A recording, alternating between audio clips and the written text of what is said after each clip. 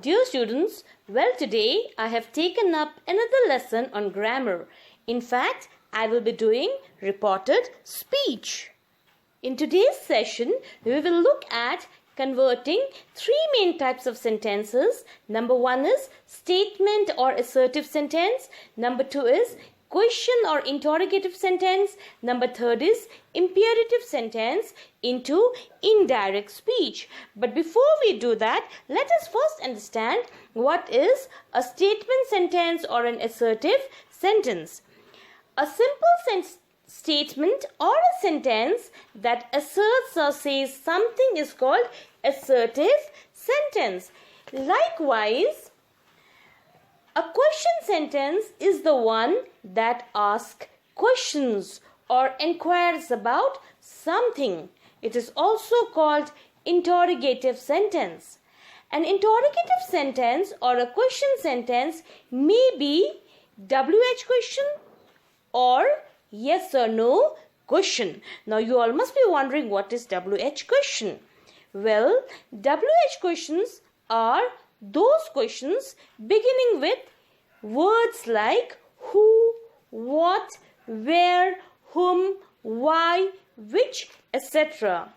And yes or no question are those questions that begins with auxiliary verb or the helping verb and can be answered in yes or no. Similarly, a command or request statement or a sentence that commands or requests for something are called imperative sentence. Now, before I start teaching you all as how to convert these three sentences into indirect speech, let me first explain what you mean by direct and indirect speech. Well, in fact, direct and indirect speech are two ways of saying what someone else said in the past. For example, last week, some friends and I were planning to go for an outing. One friend of mine couldn't join us. Gloria said, "I have a dental appointment this evening," which means she has to go to meet the dentist, so couldn't join us. Now, I am repeating Gloria's word exactly without any changes. Gloria said, "I have a dental appointment this evening."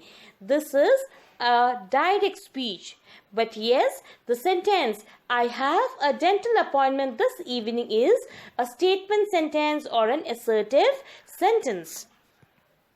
But in our day-to-day life, we don't repeat other person's word exactly the same, as the words are not very important. In fact, what is important is the message. So, we can see it like this. Gloria said that she had a dental appointment that evening. So, this is indirect speech or reported speech. Now, students, what I want you all to notice is a couple of differences between the direct speech and the indirect speech. The first point is, when we write a direct speech, we always put a quotation mark around the original words. This is to show that we are repeating the words exactly without any changes. But in indirect speech, we don't use any quotation marks. Now, quotation mark is also known as inverted commas. The second point is the word that, T-H-A-T, that. That is used in indirect speech, but it is never used in direct speech. These are the basic two differences between direct and indirect speech. So now let's learn about how to convert a sentence from direct to indirect speech. In fact, there are three steps for doing this. The first is change the pronoun. Second is to change the tense. And third is change the time and place expression. I will be giving you all an example of statement sentence where you see that the pronoun I in the direct speech has become she in the reported speech. Direct speech, Gloria said, I have a dental appointment this evening. Indirect speech, Gloria said that she had a dental appointment that evening. So students, you all can see the pronoun I has been changed into she. So this is the first step. Next comes the verb. The verb has changed from have, H-A-V-E, have to had. Direct speech, Gloria said, I have a dental appointment this evening. Indirect speech, Gloria said that she had a dental appointment that evening. When Gloria spoke, her words were in present tense. But now, when we report those words, we change them to past tense. This is called shifting of the tense back to the past. And we also see that the word this evening has changed into that evening. Direct speech, Gloria said, I have a dental appointment this evening. Indirect speech, Gloria said that she had a dental appointment that evening, which is the change in time expression. These are the 3 steps that we use when converting a sentence from direct speech to indirect speech. Let me discuss another example of an assertive or a statement sentence with you all. Direct speech, Sarika said, I want to buy a computer. Okay, now just think and say, how would you change this direct sentence to indirect? Well, in indirect speech, you would write, Sarika said that she wanted to buy a computer.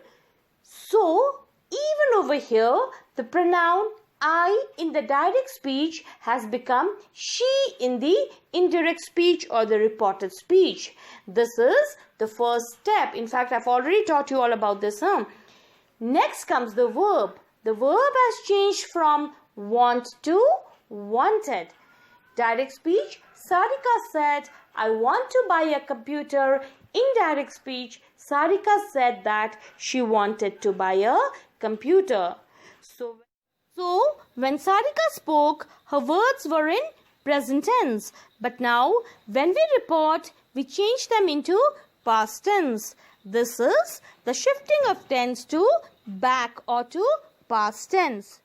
There is no time or place expression in this sentence, so we do not need the third step, that is the change of time or place expression. Now, let's see how do we transform an interrogative sentence or question sentence into indirect speech.